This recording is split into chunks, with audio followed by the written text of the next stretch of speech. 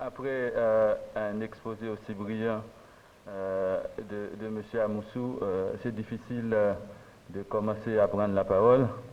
Donc, il a déjà présenté énormément de points qui concernent le projet migration. Mon intervention ne sera pas accentuée sur la présentation du projet migration. Je l'ai déjà fait à Nouakchott lors du congrès de l'AMCEP. Donc, je vais tout simplement vous dire que c'est un projet, en résumé, cofinancé par l'Union européenne et 4 services publics d'emploi. C'est un cofinancement. L'Union européenne finance à 80%.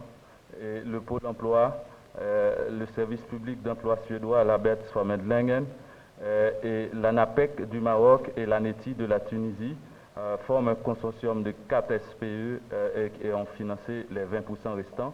Donc l'idée, c'est d'accompagner 5 services publics d'emploi de l'Afrique de l'Ouest, la Mauritanie, le Cap-Vert, le Ghana, le Togo et le Sénégal à créer une offre de services publics sur la mobilité professionnelle légale pour permettre aux personnes qui souhaitent migrer, les migrants de retour, notamment la diaspora, et également les employeurs qui souhaitent embaucher des personnes de la diaspora ou qui viennent de l'étranger puissent disposer d'un interlocuteur en situation de répondre à leurs besoins, notamment les services publics d'emploi, pour accompagner leurs besoins de développement. Donc ce projet a démarré en janvier 2017. Pour l'emploi de France est le leader du projet, donc j'assure le management de ce projet-là. Et chaque pays partenaire met à ma disposition un manager pour diriger le projet au profit des 5 pays bénéficiaires. Donc, en résumé, il y a 3 grands axes sur ce projet. C'est la création d'une équipe et d'une offre de services, un référentiel de services mobilité professionnelle à l'international qu'on doit créer au niveau de chaque pays. Le développement des systèmes d'information. Là, on est en phase de sélection des prestataires pour créer les services. Le cahier des charges, tout est déjà préparé pour chaque pays. Donc, et ensuite, travailler sur des synergies régionales avec des actions en regroupement. En décembre prochain, on va regrouper l'ensemble des services publics d'emploi bénéficiaires au Sénégal pour un séminaire d'échange de pratiques et également faire un forum international avec les 9 pays qui sont parties prenantes au sein du projet. Donc on a un ensemble d'activités et nous, au niveau des pays partenaires, on met notre savoir-faire à la disposition des pays bénéficiaires pour les aider à travailler à la mobilité professionnelle légale des demandeurs d'emploi. J'ai parlé hier de l'action du Sénégal qui envoie des migrants circulaires en Espagne. Donc ça a été un travail d'équipe avec Pôle emploi France et l'ANAPEC du Maroc. On a donné un appui en continu à l'ANPEJ du Sénégal pour arriver à faire partir les migrants dans les temps parce qu'il y avait un besoin de 49 migrants à faire partir dans un délai d'1 mois et demi. Donc c'est une organisation et on a mis ça en place et ça a réussi. La présentation d'aujourd'hui, c'est une présentation qui va être plus globale où on va travailler réellement sur, on va questionner le rôle des services publics d'emploi dans la gestion de la migration. Donc le plan de la présentation, on va parler du contexte de la migration de main-d'œuvre en Afrique de l'Ouest. La migration de main-d'œuvre comme un ensemble complexe à bien cerner. Et on va aussi aborder l'aspect conceptuel, tout ce qui a été déjà dit dans les 2 jours. On va reprendre certains points qui sont extrêmement importants. Le service public d'emploi comme une forme institutionnelle pour gérer la migration de main-d'œuvre. Pourquoi c'est une forme institutionnelle qui serait en capacité? Donc Edmond a parlé tout à l'heure des actions que vous devriez entreprendre et qui sont du ressort du service public d'emploi. Eh bien, on va aborder cet aspect-là. Et ensuite, le rôle des services publics d'emploi comme cadre institutionnel pour l'implémentation des politiques publiques.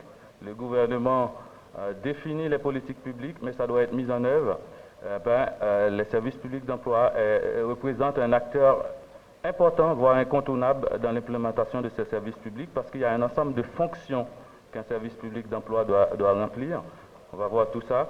et ensuite dans le déroulement du processus migratoire et dans la création et dans la délivrance des services. On est là pour créer et délivrer également des services. Et ensuite, on va finir sur 3 paramètres clés pour mieux implémenter la migration de la main-d'œuvre au sein d'un service public d'emploi.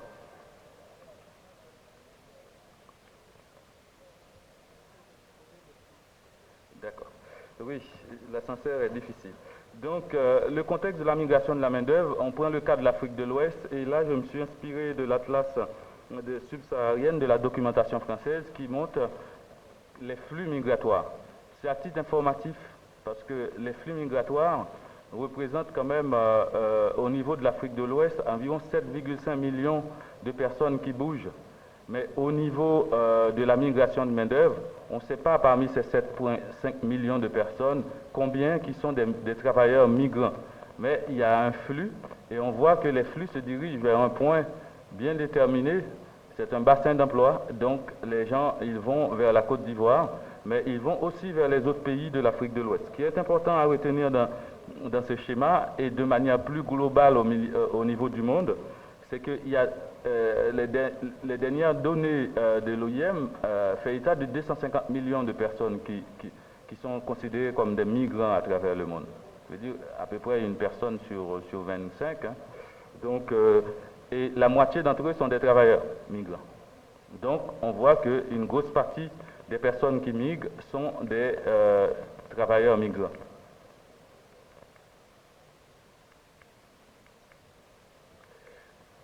Si on rentre sur l'approche conceptuelle et les enjeux stratégiques de la migration, on voit que la migration pose un problème institutionnel. C'est un enjeu institutionnel parce que il faut que certaines institutions interviennent pour pouvoir faciliter la mobilité des travailleurs. Ça ne veut pas bouger. Donc, il y a la création un cadre institutionnel qui doit exister au niveau d'un pays avec des instruments comme les politiques de l'emploi, la stratégie nationale de la mobilité des travailleurs et des actions qui doivent être entreprises, notamment des programmes d'insertion et de réinsertion des jeunes sur le marché du travail, des programmes nationaux de mobilité interne et externe des travailleurs. Et ensuite, il y a un cadre juridique qui est extrêmement important à mettre en place, notamment ça va déterminer l'efficacité de la gestion de la migration de main-d'œuvre. Et sur quoi est basée sur l'efficacité de la gestion de la migration de main-d'œuvre? C'est basé sur le droit des travailleurs, la portabilité des droits sociaux des travailleurs, qui sont régis par des conventions, et notamment la fameuse convention numéro 97 de 1949, qui a été revue en 1975, qui détermine comment on doit traiter un travailleur migrant.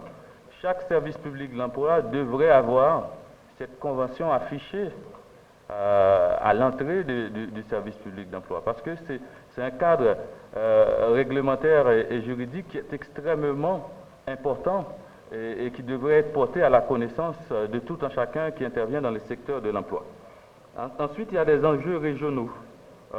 Les enjeux régionaux en matière de gouvernance publique et de gestion du marché du travail, les enjeux locaux et nationaux sur des thématiques du chômage.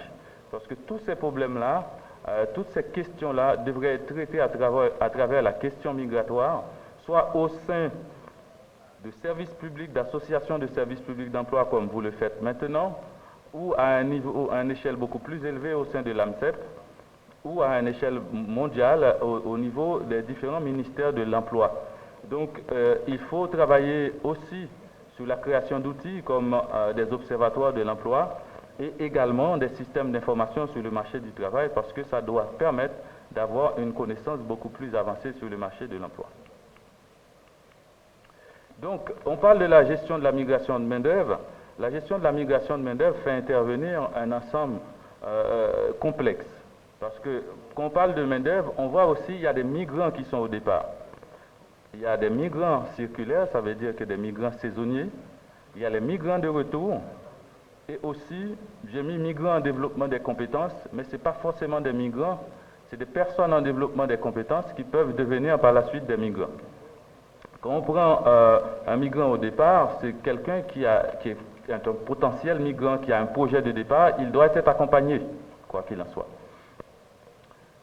On peut utiliser également des accords bilatéraux pour accompagner ces migrants au départ, en leur proposant un service qui est adapté à leurs attentes.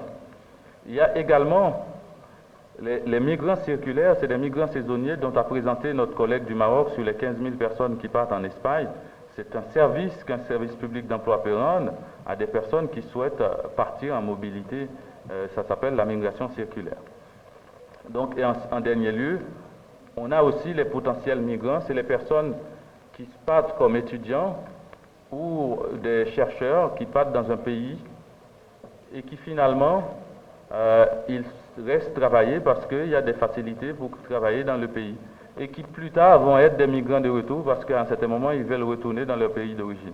Et tous ces éléments-là sont à prendre en compte dans la prise en charge de la migration de main-d'œuvre. D'où la question, quelle forme institutionnelle pour gérer la migration de main-d'œuvre Et la réponse est simple, c'est le service public d'emploi, qui est la structure la plus adaptée pour apporter une réponse opérationnelle. Il y a des réponses politiques qu'on peut amener au niveau du ministère de l'Intérieur, au niveau du ministère des Affaires étrangères. On peut construire des murs si on veut.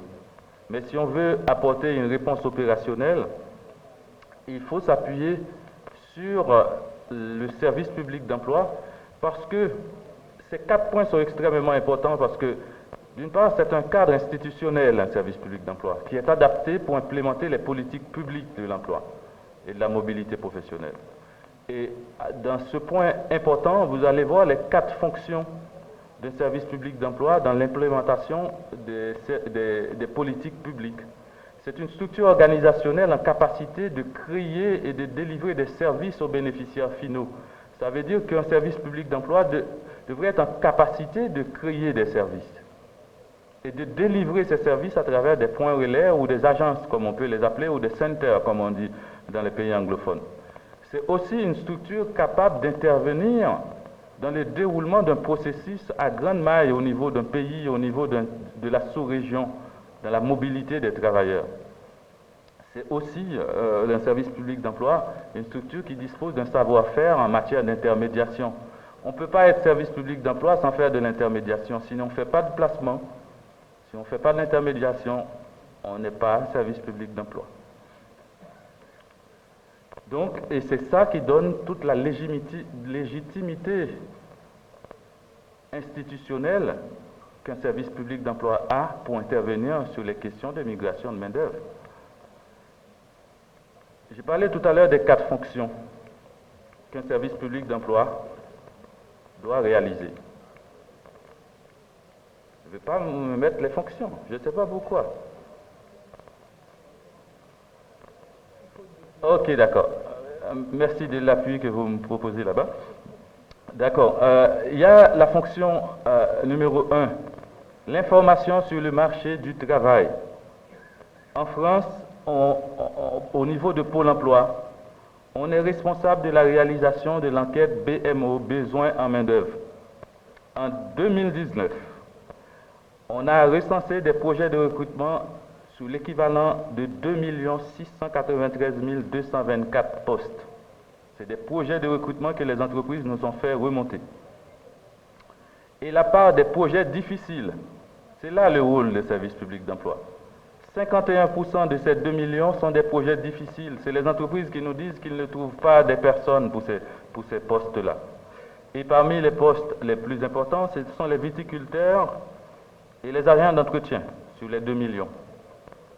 Et la part des main-d'œuvre saisonniers là-dedans, c'est 33,8%. Donc, au niveau de cette enquête BMO, on a identifié 10 métiers où il est très difficile de trouver des personnes. C'est sûr et certain. Dans le cadre de la Convention 97 qui nous donne autorisation de faire de l'introduction de main-d'œuvre étrangère, on va très certainement solliciter pour trouver, peut-être au niveau européen ou même au niveau nord-américain et africain, parce qu'on fait intervenir de la main-d'œuvre étrangère, sur des métiers, parce que le top 10 des métiers où on a des difficultés, c'est des carrossiers automobiles, des géomètres, des régleurs, des couvreurs, des charpentiers, des aides à domicile, des mécaniciens et techniciens d'automobile, également des agents qualifiés, notamment dans le traitement thermique des maisons et les démineurs et aussi des électriciens. Donc, c'est des métiers, c'est cette enquête-là qui nous permet de savoir qu'on aura des difficultés à recruter. Donc, on va orienter, cette information qu'on a va nous permettre d'intervenir sur la politique active du marché du travail, la fonction numéro 2. On sait qu'on a des difficultés, eh bien on va orienter notre politique active du marché du travail vers ces métiers-là où on sait qu'on a des difficultés. Et ensuite, qui dit information sur le marché du travail dit aussi la collecte des informations, dit aussi la conduite d'enquête, fournir des statistiques à l'État, disposer d'un système de collecte d'informations au niveau du service public d'emploi et fournir des indicateurs aux acteurs économiques. Quand une entreprise nous dit qu'il souhaite recruter des couvreurs, il faut qu'on lui dise qu'on a des couvreurs. On n'en a pas beaucoup, mais on a au sud ou au nord de la France, qu'on soit en mesure géographiquement de le situer pour qu'il puisse installer son entreprise dans un endroit où il peut trouver de la main-d'œuvre. C'est notre rôle en tant que service public d'emploi d'informer. On ne peut pas lui dire qu'on ne sait pas. C'est notre travail. Donc, l'information sur le marché du travail, c'est l'une des fonctions. L'autre fonction, c'est la politique passive sur le marché du travail. Ça, en règle générale, c'est quand il y a un problème de rareté d'emploi sur le marché du travail, un service public d'emploi intervient pour réduire la demande d'emploi. C'est un mécanisme économique de réduction de la demande d'emploi en réduisant le nombre de demandeurs d'emploi sur le marché de l'emploi. Donc, vous êtes tous des services publics d'emploi, vous pouvez imaginer ce qu'on peut faire pour réduire la demande d'emploi sur le marché. Ou sinon, je vous laisse poser la question tout à l'heure, je vous expliquerai. Ensuite, il y a le service de placement. Le placement d'un demandeur d'emploi, c'est quoi? C'est toute opération qui permet d'assurer ou de faciliter l'accès à l'emploi à un demandeur d'emploi. Donc ça, c'est le placement, c'est notre rôle en tant que service public de l'emploi. Et la politique active, vous l'avez tous fait parce que dans toutes les présentations, vous avez parlé d'un ensemble d'actions que vous menez sur le marché du travail. Ça fait partie de la politique active du marché du travail. Donc, je n'aurai pas beaucoup de temps, je les ai mis, les différentes fonctions, je les ai développées. Ça vous permettra d'avoir plus de précision et la finalité des politiques actives. Donc, on va rentrer dans le rôle des services publics d'emploi, dans la création et de délivrance des services aux bénéficiaires finaux. Notamment, le rôle des services publics d'emploi, c'est un autre rôle aussi après l'implémentation des politiques publiques, c'est la création et délivrance des services aux bénéficiaires finaux. C'est extrêmement important. On ne peut pas être un service public de l'emploi, on ne dispose pas d'offres de services pour les demandeurs d'emploi, on ne dispose pas d'offres de services pour les employeurs, on ne dispose pas d'offres de services pour les partenaires. Il faut être en mesure de créer des services et de les délivrer. Les créer, ce n'est pas suffisant.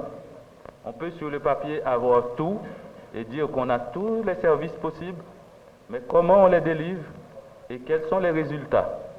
Nous, au niveau de Pôle emploi, on a 14 indicateurs extrêmement importants, on en a d'autres, mais ça fait partie d'une convention tripartite et qu'il faut qu'on suive tous les ans. Et c'est extrêmement important au niveau de la création de services, notamment si on veut travailler sur la migration de main-d'œuvre. Et c'est ce qu'on fait au niveau du projet Migration. On aide chaque pays à créer un référentiel d'offres de services mobilité. Donc, on mobilise le savoir-faire de nos partenaires et on travaille avec eux sur la création de ce référentiel d'offres de services mobilité et également la création et la formation d'une équipe pour délivrer le service. Disposer d'une offre de service n'est pas suffisante. Il faut aussi avoir une équipe pour délivrer cette offre de service. Il y a également créer des conditions d'émergence d'un recrutement équitable des migrants potentiels. Il y a une initiative du BIT de 2014 qui explique comment un recrutement est équitable. En tant que service public d'emploi, on a cette obligation d'accompagner et d'informer les demandeurs d'emploi et de surveiller à l'équité sur les opérations de recrutement à l'international et de faire en sorte que les questions de genre soient respectées, qu'on ne favorise pas quelqu'un par rapport à d'autres et qu'on ne fasse pas payer. Si vous lisez la Convention 97, je vous encourage à le télécharger sur le site de l'OIT. Vous allez voir, un demandeur d'emploi ne doit pas payer pour partir aller travailler à l'étranger. Je ne sais pas comment vous allez gérer ça avec les services publics, avec les opérateurs privés, mais il faut trouver une adéquation, il faut trouver un moyen, parce que ça pose la question de l'accessibilité de ce service. Si quelqu'un doit payer, on doit se poser la question, ceux qui ne peuvent pas payer, comment ils vont faire? Ils sont exclus de ce service? Non, il faut arriver à faire en sorte que tout le monde ait accès à ce service. Ceux qui veulent payer pour avoir un autre service plus, ils peuvent aller vers les opérateurs privés. Mais en tant que service public d'emploi, on doit être en mesure de les accompagner là-dessus. Et faire en sorte que les migrants soient protégés et qu'ils ne payent pas pour avoir un visa de touriste qu'ils ne devraient pas payer et qu'ils se retrouvent dans un pays avec un visa de touriste alors qu'on leur a vendu un visa de travailleur. C'est notre rôle de les informer. L'information, c'est le rôle des services publics d'emploi. Et c'est comme ça, petit à petit, qu'on va réduire la problématique de la migration illégale. Les gens, quand ils savent qu'ils peuvent partir légalement, ils prennent moins de risques pour partir illégalement. Parce que les risques sont énormes et élevés quand on part illégalement. Donc, après, le dernier point, c'est fournir un appui organisationnel et structurel durant le processus du cycle migratoire qu'on va voir tout à l'heure, parce que le temps nous fait la guerre. Donc, il faut être en capacité de répondre aux sollicitations des employeurs. Un employeur qui vous appelle et qui vous dit que j'ai eu un contrat avec votre gouvernement et je dois exploiter une mine et j'ai besoin de 200 mineurs, ah ben, si on n'est pas capable de lui fournir les 200 mineurs, il faut savoir où est-ce qu'on peut le trouver. Il y a des pays qui sont spécialisés dans la question de mines. Pourquoi ne pas les solliciter? Parce que le risque, c'est que l'employeur n'exploite pas le contrat parce qu'il n'a pas la main-d'œuvre. Donc, c'est l'économie qui va payer. Les conséquences, c'est pour l'économie locale. Donc, toute cette information et cette capacité d'accompagnement doit être développée par un service public d'emploi et mener des actions au profit des jeunes.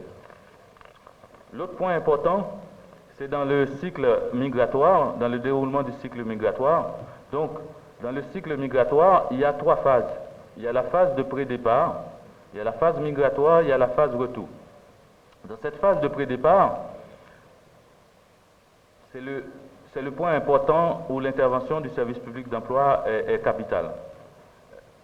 Nos différents collègues ont parlé de la mise en place des ateliers de préparation au départ. On ne peut pas laisser partir un migrant sans qu'il sache où il va et quelles sont les conditions de travail du pays d'accueil. Les conditions d'accès au marché du travail, disposer des informations fiables sur les conditions de recrutement pour qu'il ne paye pas quelqu'un qui ne connaît même pas le pays. Parce que les opérateurs, ils ne connaissent rien du tout et ils leur vendent des illusions. Donc c'est notre rôle de nous informer et de nous mettre en réseau et de s'informer sur ce qui se passe réellement. Il y a une offre d'emploi en France, est-ce que cette offre d'emploi est réelle? Je peux vous dire si c'est oui, si c'est non. Parce que l'offre de service mobilité internationale est en face de mon bureau. Je connais et je peux vous informer là-dessus. La mise en œuvre des processus de recrutement avec les employeurs étrangers. Comment on fait? On avait nos collègues du Sénégal, ils nous ont sollicité, on leur a expliqué, ils l'ont mis en place et c'est réussi. Donc il faut s'appuyer sur les autres. On ne va pas reconstruire le monde. Il y en a qui ont déjà fait. Il faut travailler en synergie et l'AMCEP est là aussi pour vous accompagner là-dessus. Exploiter les accords bilatéraux. Nos amis ne savent pas quels sont les accords bilatéraux parce que c'est dans le ministère des Affaires étrangères la plupart de ces accords. Et on est sous tutelle du ministère de l'Emploi ou du Travail selon les pays. Mais les accords bilatéraux, il y a des clauses là-dedans sur les accords de main-d'œuvre, les AMO, qui peuvent être intégrés dans les accords bilatéraux. Il faut les exploiter, il faut aller les lire, il faut les solliciter auprès des ministères des Affaires étrangères. Un travail que j'ai accompagné la NPE là-dessus, où on a été voir le ministère des Affaires étrangères ensemble pour travailler sur ce processus-là. Donc, c'est un travail extrêmement important. Il y a la phase migratoire aussi. Le migrant qui a été sélectionné, il va partir, il faut l'accompagner. Donc, il faut lui fournir un appui administratif, comme l'a fait le Maroc, comme l'a fait d'autres pays, et comme l'a fait le Sénégal par la suite, il y a quelques mois. Donc, il y a cette partie administrative que le demandeur d'emploi, il ne connaît pas. Il y en a qui n'ont jamais laissé leur village. Il faut qu'on arrive à les appuyer, à les aider à faire un document administratif. Ils n'ont pas de passeport. Donc, il faut ça, on serait en capacité de les accompagner, de les faire, parce qu'on monte pour eux des dossiers de financement de projets. Ah ben, la migration, partir travailler à l'étranger, c'est un projet. Donc, on doit être en capacité de les accompagner là-dessus. Et s'assurer aussi que le pays de destination respecte les principes de protection des travailleurs migrants. Il suffit d'aller sur le site de l'OIT, vous allez voir tous les pays qui ont signé et qui n'ont pas signé. Je ne vais pas vous dénoncer, mais vous allez voir les pays qui ont signé. Si quelqu'un vous demande la main-d'œuvre et il n'a pas signé la Convention 97 et les recommandations qui y vont avec, il faut se poser la question. Dans quelle galère je risque d'envoyer mes travailleurs et demander des éclaircissements sur les conditions de travail? Le travailleur migrant ne va pas poser ces questions parce qu'il n'est pas en situation de le faire. Vous êtes un institutionnel, vous êtes en capacité de poser ces questions-là, c'est à vous de le faire. Donc la réinsertion professionnelle, la phase retour, quelqu'un qui a passé 6 mois à travailler, il veut retourner, il veut se réinsérer, il veut créer de l'activité. Et tout cet aspect-là, il faut être en mesure de l'accompagner, la migration-retour. Dans le cadre du projet migration, on a formé les responsables des unités migration dans les pays et on leur a permis d'avoir le bagage technique pour gérer la migration-retour. Ils ont été à Turin, je les ai accompagnés au site de l'OIT pour une semaine de formation sur la gestion de la migration-retour. Donc, et dernier point que je voulais voir, c'est les paramètres clés qu'on devrait très certainement maîtriser pour gérer la migration-retour. C'est pour mieux l'implémenter et mettre en place. C'est d'avoir un cap clairement défini. Ça veut dire quoi? Il faut, au niveau du pays, arriver à s'asseoir avec le ministère de l'Intérieur, le Bureau du Travail, le ministère des Affaires étrangères, et leur dire très clairement, la gestion de la migration, c'est votre job. Donc, on veut un cadre légal et réglementaire, on peut coopérer là-dessus, sur la mobilité. Ce cadre légal doit être partagé et appliqué par tous. On ne peut pas faire venir des migrants et en même temps au ministère de l'Intérieur, on les bloque. Ce que j'ai apprécié au niveau des pays de migration, à chaque fois qu'on organise des ateliers, on a toujours quelqu'un du ministère de l'Intérieur qui participe et qui nous donne aussi leur avis sur la législation, sur les questions de migration, comment c'est géré au niveau technique, au niveau de leur pays, pour que les services publics d'emploi puissent avoir les leviers pour pouvoir mieux dialoguer aussi avec les employeurs. Parce qu'on va dialoguer avec les employeurs, il faut qu'on soit en mesure de leur expliquer comment ça se passe chez nous. Et que l'offre de services mobilité est portée par des interlocuteurs, par vos agents. Quand quelqu'un pose une question, un demandeur d'emploi pose une question sur la mobilité, vos agents devraient lui répondre parce que c'est un service public et on est au service du public. Circulation de l'information, on voit que l'information, c'est les nerfs de la guerre. C'est l'enjeu majeur de ce millénaire. Si on maîtrise l'information, on maîtrise quasiment tout. Donc, comment on utilise le numérique et le digital pour mieux cerner les imperfections du marché du travail? Donc, c'est la fonction numéro 1, informer sur le marché du travail. Le numérique et le digital est là pour ça. Donc, y apporter des réponses aux besoins de mobilité. Le besoin de mobilité est sous-régional et peut être national aussi. Un employeur à Douala, une cimenterie à Douala, peut avoir besoin de 200 personnes et les ouvriers qualifiés se trouvent à Yaoundé. Il faut pouvoir informer les demandeurs d'emploi que le bassin d'emploi est à Yaoundé et pour cela, il faut avoir ces données-là, il faut avoir ces informations. L'intérêt stratégique pour les services publics d'emploi aussi de maîtriser les données du marché du travail, c'est l'emploi régional et international pour pouvoir orienter les demandeurs d'emploi sur les créneaux les plus porteurs et ne pas former, je n'ai rien contre les sociologues et les psychologues, il faut former en fonction des besoins du marché du travail. On est d'accord, l'université c'est un univers de connaissances, on y va pour apprendre, pour avoir des connaissances, mais le marché du travail c'est tout autre chose. Donc il faut avoir une certaine adaptabilité dans la formation pour répondre aux besoins du marché du travail et à l'aspiration des demandeurs d'emploi, d'être un actif. Et travailler aussi en partenariat avec des organismes internationaux. Ils ont pas mal de données, ces organismes. Il faut pouvoir utiliser ça. Et la migration du travail doit être un outil d'intégration régionale. Donc, il existe un environnement local et régional favorable. Il faut que le gouvernement soit favorable à cet environnement-là. Et c'est à vous de l'impulser. Donc, et une volonté publique d'accompagner les travailleurs migrants Et la migration du travail doit être aussi partie intégrante d'une politique de l'emploi et du développement.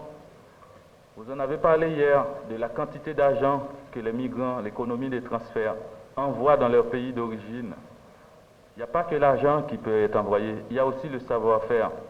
Si la Chine est actuellement là où elle est, c'est parce qu'à un certain moment, les Chinois ont compris qu'il faut rapatrier le savoir-faire des Chinois qui sont à l'étranger. Notamment aux États-Unis, il y avait des facilités pour les permettre de revenir.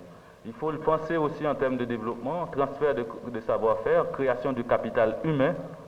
C'est extrêmement important, c'est l'enjeu de ce millénaire aussi, le capital humain, la disposition du capital humain, parce que tout le monde se bat pour récupérer les meilleurs, ça c'est clair, et aussi sur la capacité financière que certains peuvent apporter en économie, dans l'économie locale, parce que c'est une question de flux aussi, l'économie, le marché. Il faut des flux entrants et des flux sortants. L'aide publique au développement ne crée pas le développement. Je vais finir sur ça, merci.